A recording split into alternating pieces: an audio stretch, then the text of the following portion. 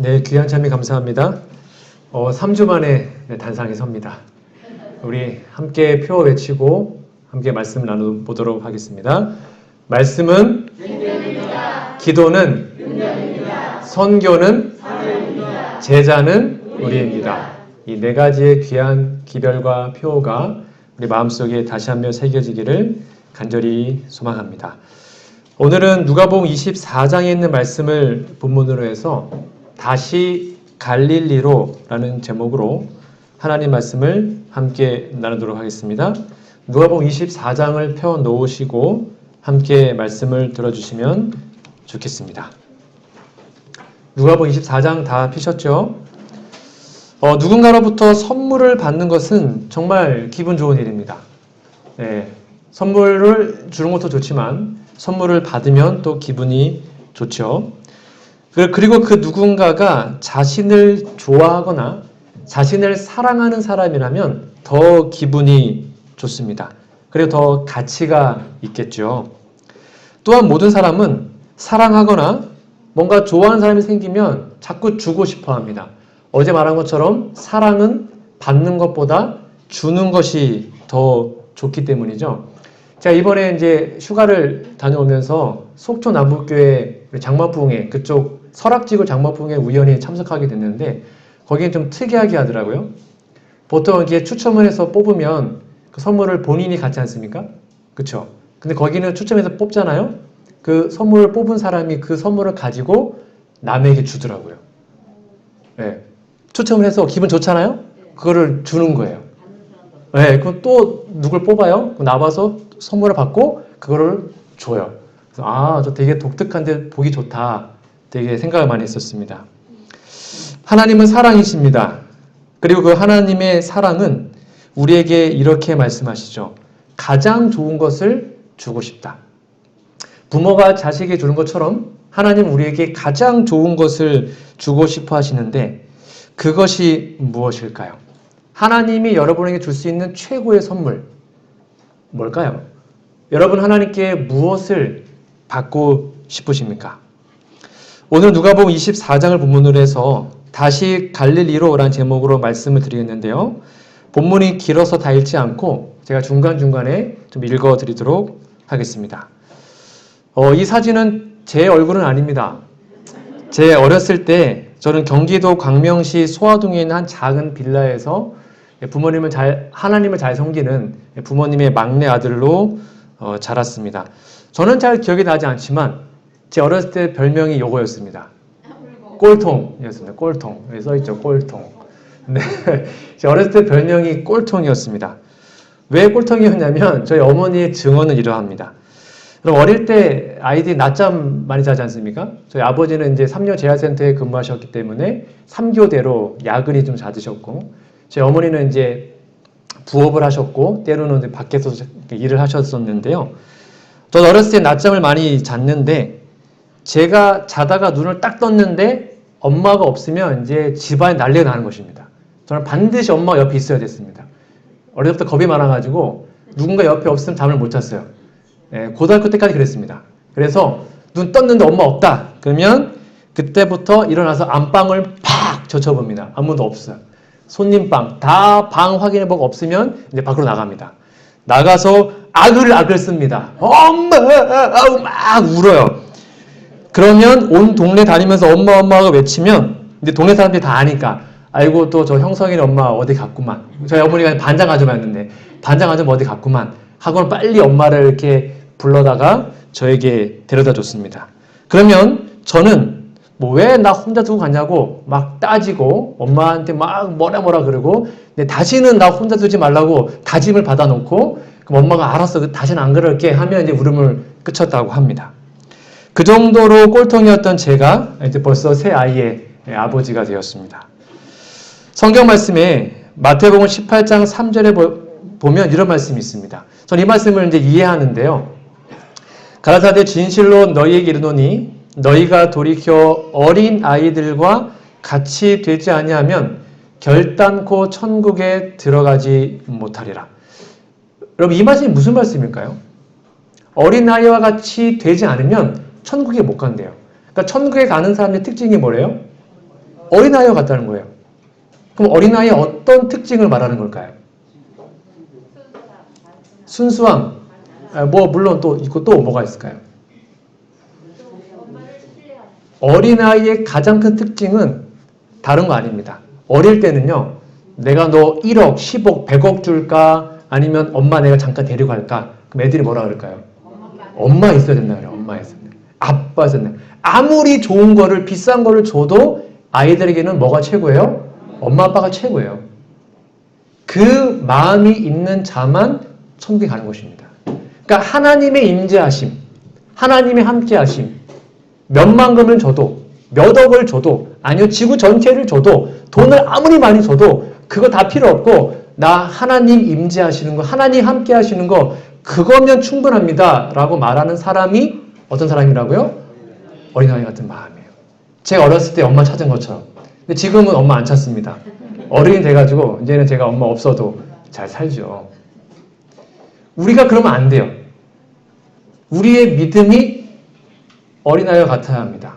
딴 거 다 필요 없고 하나님 지금 제 옆에 항상 함께 해주세요. 저 절대 떠나지 마시고요. 저와 함께 해주세요. 저 그것 말고는 바라는 거 없어요. 그거면 충분합니다. 라고 진심으로 말하는 사람이 천국에 가는 것입니다. 그것이 어린아이와 같은 것이죠. 성경은 우리가 어린이와 같이 되지 않으면 결단코 천국에 들어가지 못한다고 말을 합니다. 그게 뭐라고요? 어린아이에게는 가장 원하는 것은 오직 부모님과 함께 있는 것입니다.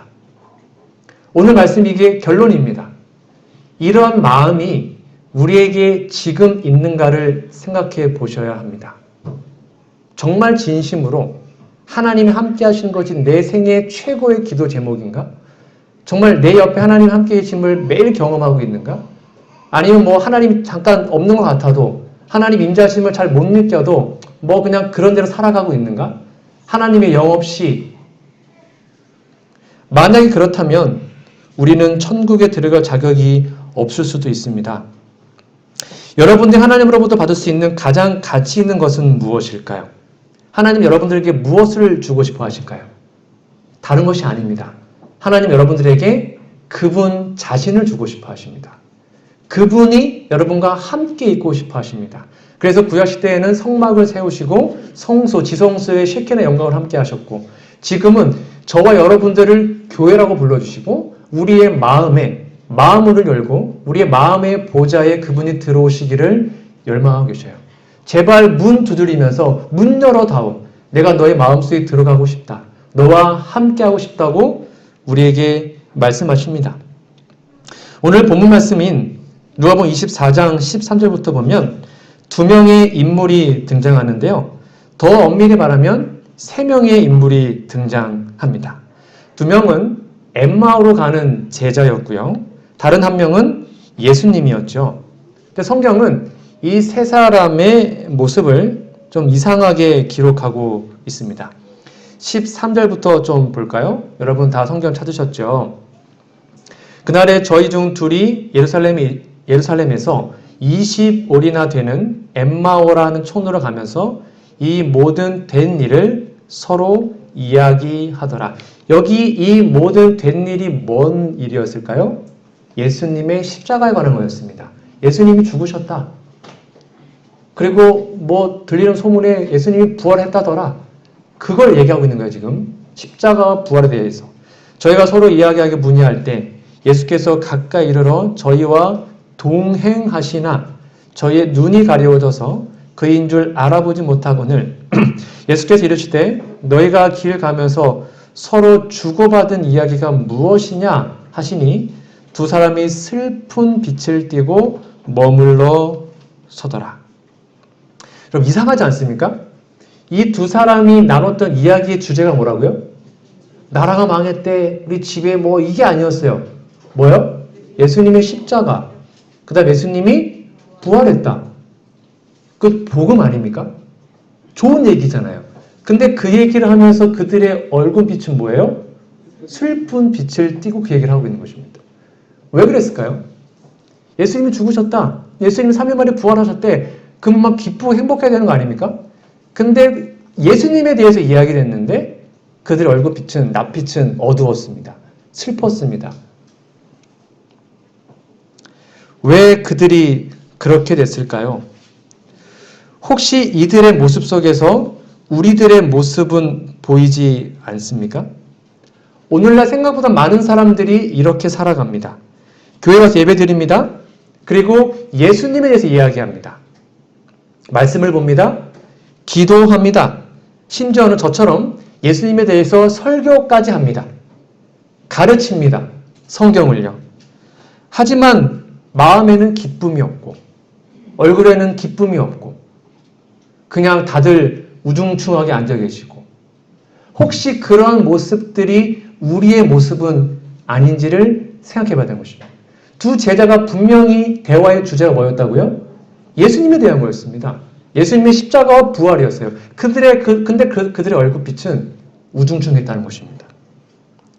더 놀라운 것은 무슨 일이 있어도 세상 끝날까지 우리와 언제나 함께 하겠다는 그 임마누엘, 내가 너와 함께 하겠다. 그 임마누엘의 약속이 오늘날 우리에게 이렇게 살아있음에도 불구하고 많은 사람들이 그냥 예수님 없는 것처럼 영적인 고아처럼 살아가고 있는 것입니다. 왜 그럴까요? 왜 우리는 그렇게 혹시 살아가고 있을까요? 여러분은 정말 하나님의 임재하심을 기도하십니까?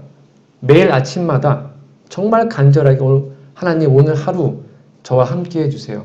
성령님 오늘 제발 저와 함께 해주세요. 정말 그렇게 눈물 흘리면서 간절히 새벽마다 기도하십니까? 아무나 안 하십니까? 아니면 바쁘면 대충 하시고 언젠간 또 이따가 하면 되니까 그렇게 살아가십니까? 그러시면 안 되는데 그렇게 살아가고 계신 거 아니죠? 정말 아침마다 우리가 해야 할 기도는 다른 것이 아닙니다. 어린아이와 같은 믿음이 뭐라고요? 엄마 아빠 함께 하는 거. 딴 거 다 필요 없어요. 엄마 함께 있으면 그걸로 끝. 그게 어린아이의 믿음이에요. 그게 천국 가는 믿음이라고요. 그러니까 우리가 아침에 드리는 최고의 기도는 하나님 오늘 하루 제발 저와 함께 해주세요. 우리는 정말로 진심으로 새벽마다 성령 충만을 위해서 기도하고 있습니까? 성령의 임재, 하나님이 함께 하시기 위해서 간절히 기도하고 있습니까? 아니면 시간 날 때만 기도하시는지요? 아니면 그것도 안 하고 그냥 하루를 시작하시는지요? 예수님은 우리와 언제나 함께 하시는 임마누엘의 하나님이십니다. 즉 지금도 함께 하십니다. 그런데 왜 그 엠마오의 두 제자들의 얼굴은 슬펐을까요? 왜 그들의 얼굴빛은 슬픔으로 가득했을까요? 왜 그들은 눈이 가려워져서 예수님의 임재하심을 알아보지 못했을까요? 그 이야기가 시대소망에 이렇게 기록되어 있습니다. 여러분 좀 잘 보세요. 제자들이 그리스도의 말씀을 기억하지 못하고, 그러니까 그들이 슬펐던 이유는 예수님이 함께함에도 불구하고 그들이 얼굴빛이 슬펐던 이유는 뭘 기억 못했어요? 말씀이에요, 말씀. 앞으로의 성취될 사건의 예언을 깨닫지 못한 것은 이상한 일이 아닌가? 그들은 예수님의 말씀의 마지막 부분도 첫 부분처럼 확실히 성취되어 제3일에 그분이 다시 살아나리라는 것을 깨닫지 못했다. 그 다음에 중요합니다. 가운데 보세요. 이것은 저희가 반드시 기억했어야 할 부분이었다. 다른 건 다 까먹어도 예수님이 죽으신 다음에 3일 뒤에 부활한다. 그거 정말 얘기 많이 하셨거든요. 근데 제자들 그걸 다 까먹고 있었습니다. 근데 누구는 기억하고 있었습니까? 제자들과 관원들, 원수들은 그걸 기억하고 있었어요. 그날은 예비일 다음 날이라 제사장들과 바리새인들이 함께 빌라도에게 모여 가로되 주여 빌라도여 저 유혹하던 자가 살았을 때 말하되 내가 사흘 후 3일 뒤에 다시 살아나리라는 것을 우리가 기억하노라. 참 이상하지 않습니까? 원수들은 기억해가지고 저 3일 뒤에 살아난다고 했으니까 저거 뻥칠 수 있습니다 하고는 얘기를 했는데, 그러나 제자들은 이 말씀을 기억하지 못했다.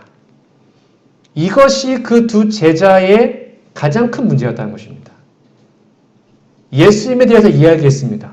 십자가에 대해서, 부활에 대해서 이야기했습니다. 그런데 그들이 얼굴이 슬펐던 이유는 하나님의 말씀을 기억하지 못했기 때문입니다. 우리가 지금도 혹시 마음이 평안하지 못하고 어떤 근심과 걱정이 있다면 딱 이유는 하나밖에 없습니다. 우리가 말씀을 기억하지 못하기 때문입니다.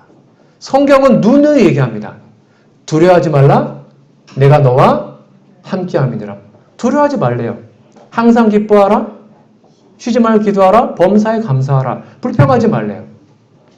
성경은 늘 우리에게 불평하지 마라. 쉬지 말고 기도해라. 내가 너와 함께한다. 두려워하지 말라. 놀라지 말라라고 말씀합니다. 근데 그 말씀을 우리가 뭐 하기 때문에요? 기억하지 못하니까 두렵고 불안하고 때로는 짜증나고 어떤 마음의 그 문제가 해결되지 않는 경우가 참 많은 것이죠. 두 제자들이 하나님의 말씀을 기억하지 못했기 때문에 그들은 슬펐습니다. 혹시 여러분들도 마음이 불편하고 힘드십니까? 그럼 하나님께서 함께한다는 말씀을 꼭 기억하십시오. 아직도 죄의 짐에 눌려서 죄책감 때문에 신음하고 계십니까? 예수님이 우리의 모든 죄를 용서했다는 말씀을 기억하십시오. 그 말씀을 잊지 않고 기억하는 것이 하나님 우리에게 주시는 최고의 축복입니다. 그래서 예수님은요, 두 제자에게 바로 자신의 모습을 나타내 보이지 않으시고 그들에게 구약 성경을 풀어주셨습니다. 다시 말씀을 기억나게 하십니다. 여러분, 그냥 예수님이요, 짠! 한 다음에 내가 예수님이다, 내가 부활했다 하고 말하고 끝나는 거 아니에요? 근데 그거 하기 전에 구구절절히 구약의 모든 예언을 다 들어가지고 그 두 명의 제자들에게 성경 말씀을 풀어주셨습니다. 그 이야기가 이렇게 기록되어 있습니다. 시대의 소망 796페이지입니다. 만약 예수께서 먼저 자기 자신을 그들에게 알게 하셨더라면, 즉 내가 예수님이다 라고 그냥 말했다면 그들은 그것으로 만족했을 것이며 따라서 그들은 기쁨에 넘쳐서 더 이상 아무것도 갈망하지 않았을 것이다. 그러나 구약의 의식과 예언을 통해서 주신 예수님에 대한 증거를 저희가 이해할 필요가 있었다. 그 다음이 중요합니다. 같이 읽어볼까요? 이 말씀 시작. 이 말씀의 증거들 위에 저희의 믿음을 세워야만 했다. 그냥 단순한 반짝거리는 믿음이 아니라 그들의 믿음이 충실하게 영원토록 변치 않기 위해서는 기초가 하나님의 말씀이 되는 것입니다. 그래서 말씀을 다 풀어주신 다음에 진짜 이루어졌네? 그런 다음에 내가 예수다 라고 밝히신 겁니다. 오늘날 많은 사람들은 감동을 원합니다. 가슴이 뜨거워지는 경험하기를 원하죠. 그래서 뭔가 좀 뜨거워지고 막 뜨거운 눈물, 막 감격의 눈물을 좀 얻기 위해서 영화를 보거나 드라마를 보거나 아니면 스포츠 중계를 보기도 하죠. 뭐 한일전 축구한다, 뭐 월드컵이다, 막 다 나가가지고 막 응원합니다. 골 하나 넣으면 막 눈물 흘리면서 막 부둥켜 안고 난리를 피죠. 근데 그러한 뜨거움은 금방 사라지는 거품과도 같습니다. 그렇게 아무리 눈물 흘리고 감동받아도 그것이 오래가지 않습니다. 영화 끝나면, 드라마 끝나면 그냥 끝나는 것입니다. 그런데 이러한 감동과는 전혀 다른 정말 하나님 줄 수 있는 최고의 감동과 뜨거움이 있습니다. 그것이 오늘 본문 말씀인데요. 이 말씀은 좀 같이 읽어보도록 하겠습니다. 저희가 시작. 저희가 서로 말하되 길에서 우리에게 말씀하시고 우리에게 성경을 풀어주실 때 우리 속에서 마음이 뜨겁지 아니하더냐 하고. 여러분 혹시 이러한 경험을 해보신 지가 최근이십니까? 아니면 좀 오래되셨나요? 말씀을 읽다가 정말 눈물을 펑펑 흘리고 말씀을 읽다가 가슴이 뜨거워져서 막 너무 감격하고 감동했던 그 경험들이 좀 자주 있으십니까? 아니면 정말 오래전에 아니면 한 번도 그런 경험을 못 해보셨습니까? 왜 이 두 제자는 했고 왜 우리는 그런 경험이 부족할까요? 성경은 분명히 우리에게 얘기합니다. 성경을 통해서 마음이 뜨거워질 수 있다. 이러한 뜨거움과 감동을 이 제자처럼 경험할 때 우리는 결코 흔들리지 않는 믿음을 갖게 되는 것입니다. 믿음은 느낌이 아닙니다. 믿음은 기초가 있다는 것입니다. 그 기초는 뭐라고요? 말씀입니다. 이 말씀은 물론 목회자가 도와주지만 중요한 건 여러분들이 스스로 하는 것입니다. 스스로 말씀 읽고 연구하시는 겁니다. 제가 드리는 것은 특식이고 집봐도 여러분이 스스로 말씀을 읽고 연구하고 가슴이 뜨거워지는 경험을 해야 하는 것이죠. 그런 사람들은 결코 믿음이 흔들리지 않게 되는 것이죠.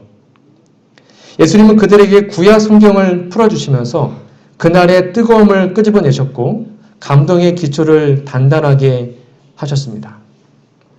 제 인생에 있어서 정말 제가 잊지 못할 날이 있는데 그게 뭐냐면 제가 20살 때 처음으로 이 단에 서서 설교를 했던 날입니다. 이제 20살 대학교 1학년 때 말씀이 너무 좋아서 하루에 몇 시간씩 말씀을 읽고 그렇게 뜨겁게 하나님의 말씀을 배우던 때 제가 얘기를 한번 했지만 춘천에 있었던 김정곤 목사님께서 이제 가 20살, 21살 된 저에게 너 화요일날 설교해라 이렇게 저에게 갑자기 시키셨습니다. 거절하지 않았습니다. 그때는 그런 거 몰랐습니다. 시키면 다 하는 줄 알았습니다. 그래서 네 하고는 그때부터 막 열심히 준비를 해서 제 처음으로 단에 서서 설교했던 날이 아직까지 생생합니다. 뭐 얼마나 잘했겠습니까? 말도 더듬고 떠듬떠듬 부끄럽고 했지만 그때의 그 뜨거운 그 경험이 저를 살게 하고 결국 목회자의 길까지 가게 하였습니다. 여러분 다른 것 때문에 감동받는 것이 아니라 하나님의 말씀으로 감동을 받고 가슴이 뜨거워지는 경험하시기를 정말 간절히 바랍니다. 여러분 매일마다 그거 하셔야 합니다. 여러분 스스로 아침마다 그 일을 하셔야 합니다. 이 경험을 하고 하루를 시작하셔야 합니다. 말씀으로 가득 마음을 채우고 하나님께서 함께 해달라고 기도하고 하루를 시작해도 우리가 사단의 유혹에서 성공할까 말까 합니다. 사단의 싸움에서 이길까 말까예요. 사단은 그렇게 강력하거든요. 근데 말씀도 읽지 않고 아침에 하나님의 임재도 간구하지 않은 채 하루를 시작하면 백전백패입니다. 그러한 경험을 아주 가끔씩 하는 것이 아니라 여러분 스스로 지금 잘하고 계시겠지만 더욱더 그 경험이 이어지기를 바랍니다. 그리고 정규 예배에 나와서 또는 소그룹을 하실 때 구역반을 하실 때 때로는 교과토의 시간에도 말씀으로 뜨거워지는 경험이 우리 교회 안에 회복되기를 간절히 바랍니다. 그렇게 말씀으로만 감동과 뜨거움을 경험한 사람들에게 예수님은 그 다음에 선물을 이렇게 주십니다. 누가복음 24장 36절인데요. 같이 읽어보겠습니다. 시작.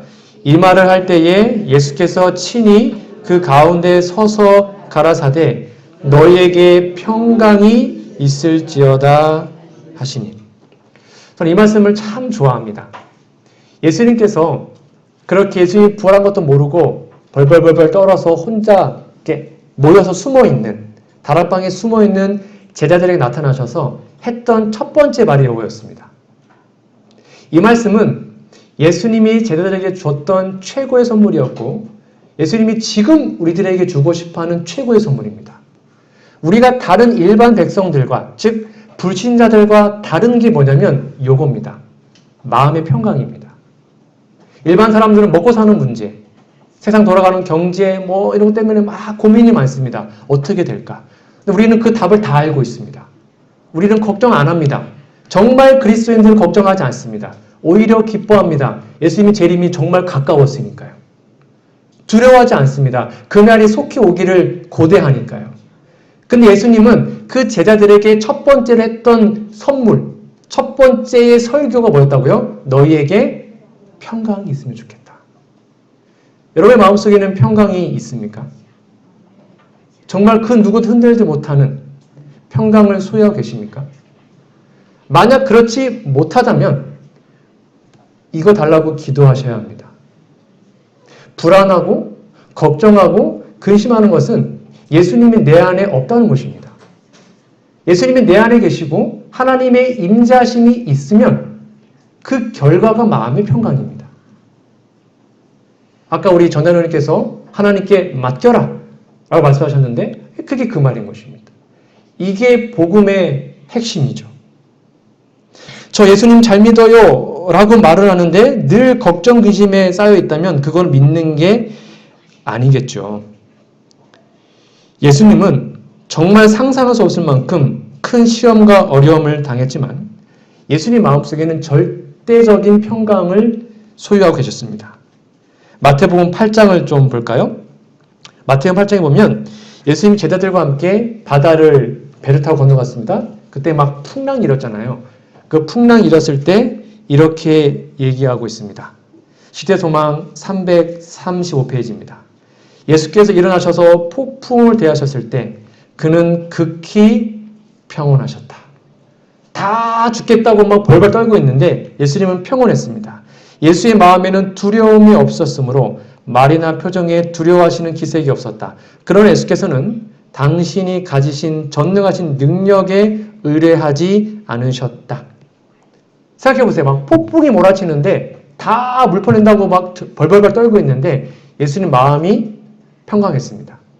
자신의 능력 때문이 아니라 하나님이 함께한다는 믿음 때문에 그랬던 것이죠.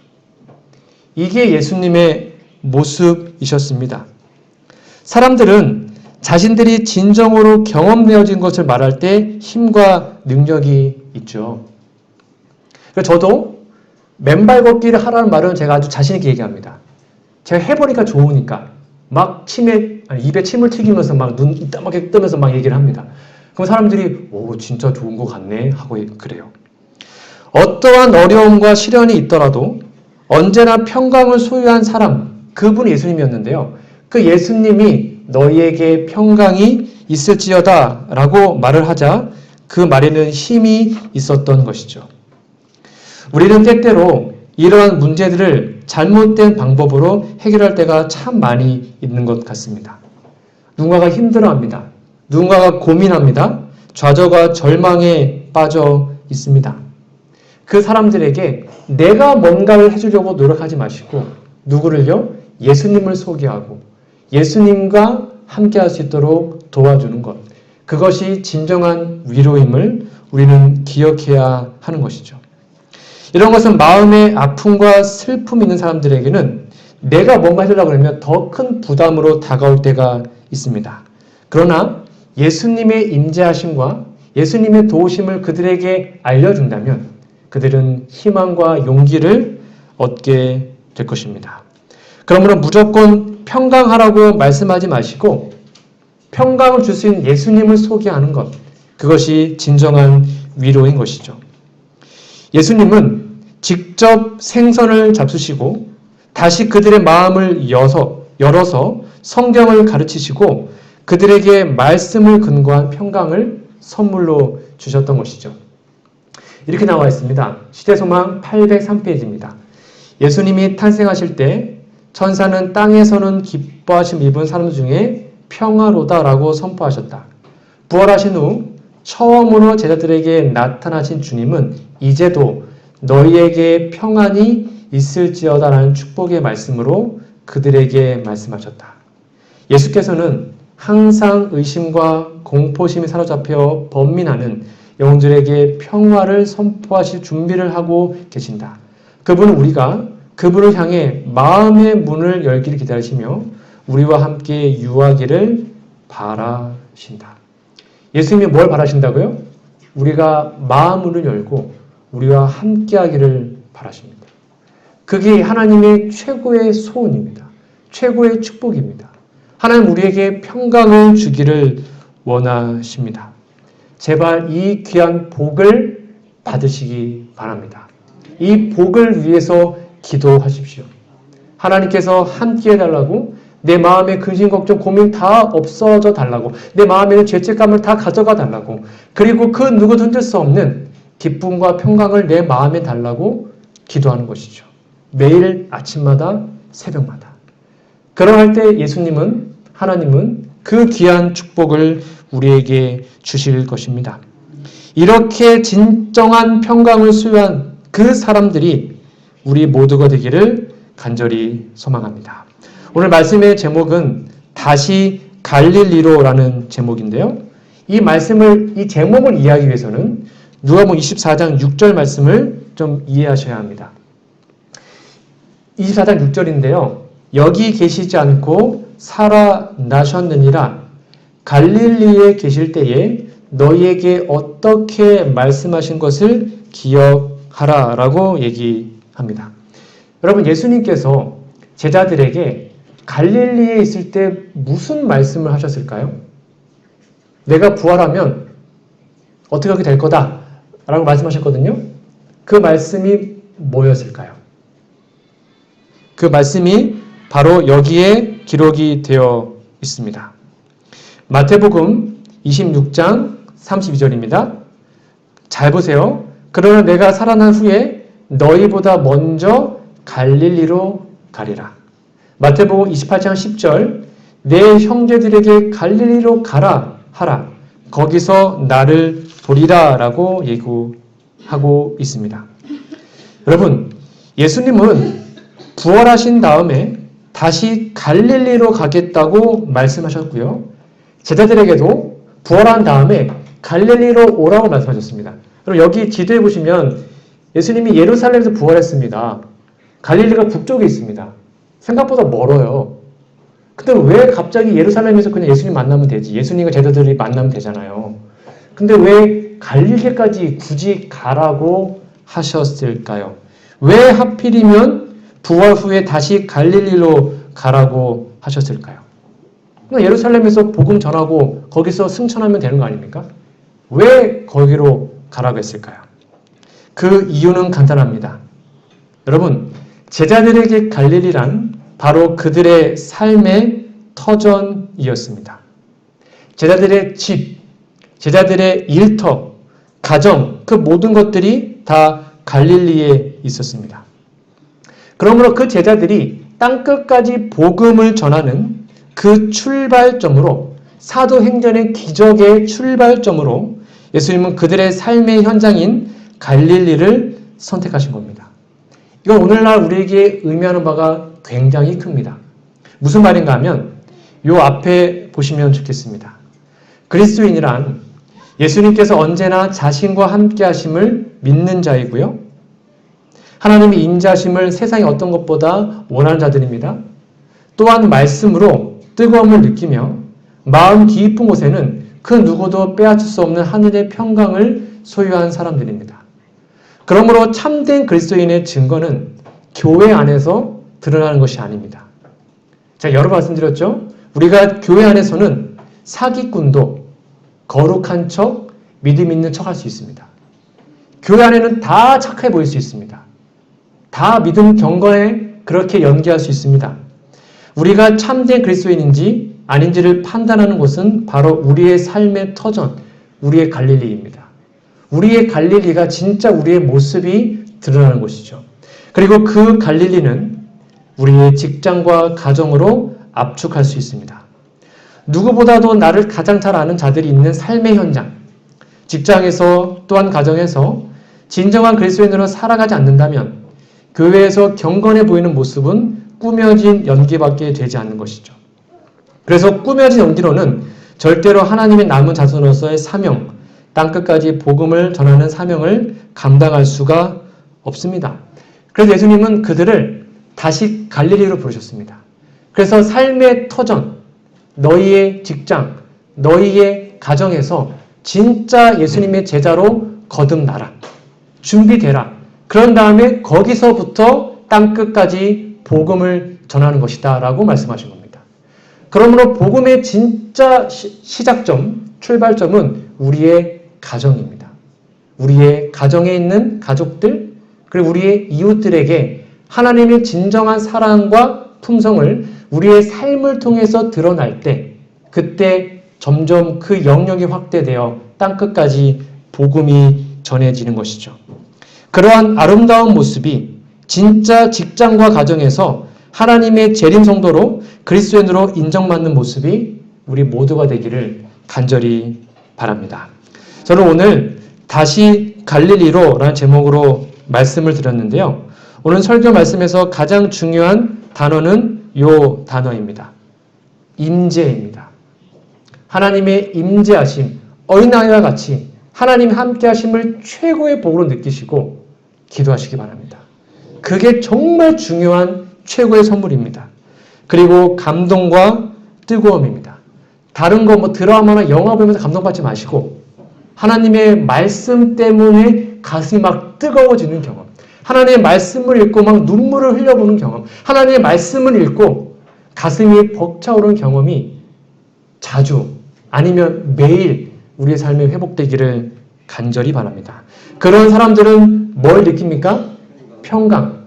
그 누구도 범접할 수 없는 절대 평안이 마음에 반드시 생깁니다. 그렇게 평강을 누린 사람의 얼굴빛과 삶의 모습이 어떻게 될까요? 당연히 바뀌겠죠. 그러면 우리의 갈릴리에서, 우리의 가정과 우리의 직장에서 야, 너 정말 뭔가 좀 다른 것 같다 라는 평가를 받게 될 것이고, 그때 비로소 사도행전의 기적이 우리의 삶에 일어나게 될 것입니다. 이러한 아름다운 제자들의 모습이 우리의 삶에 있기를 간절히 소망합니다. 그래서 하나님의 임재, 말씀으로 감동받고 뜨거움을 느끼고 하나님의 평강을 소유하며 우리의 갈릴리에 시작하여 땅끝까지 복음을 전하는 그 늦은 비 운동의 시작이 우리 모두의 삶에서 꼭 일어나기를 간절히 바라며 오늘 말씀을 마치도록 하겠습니다.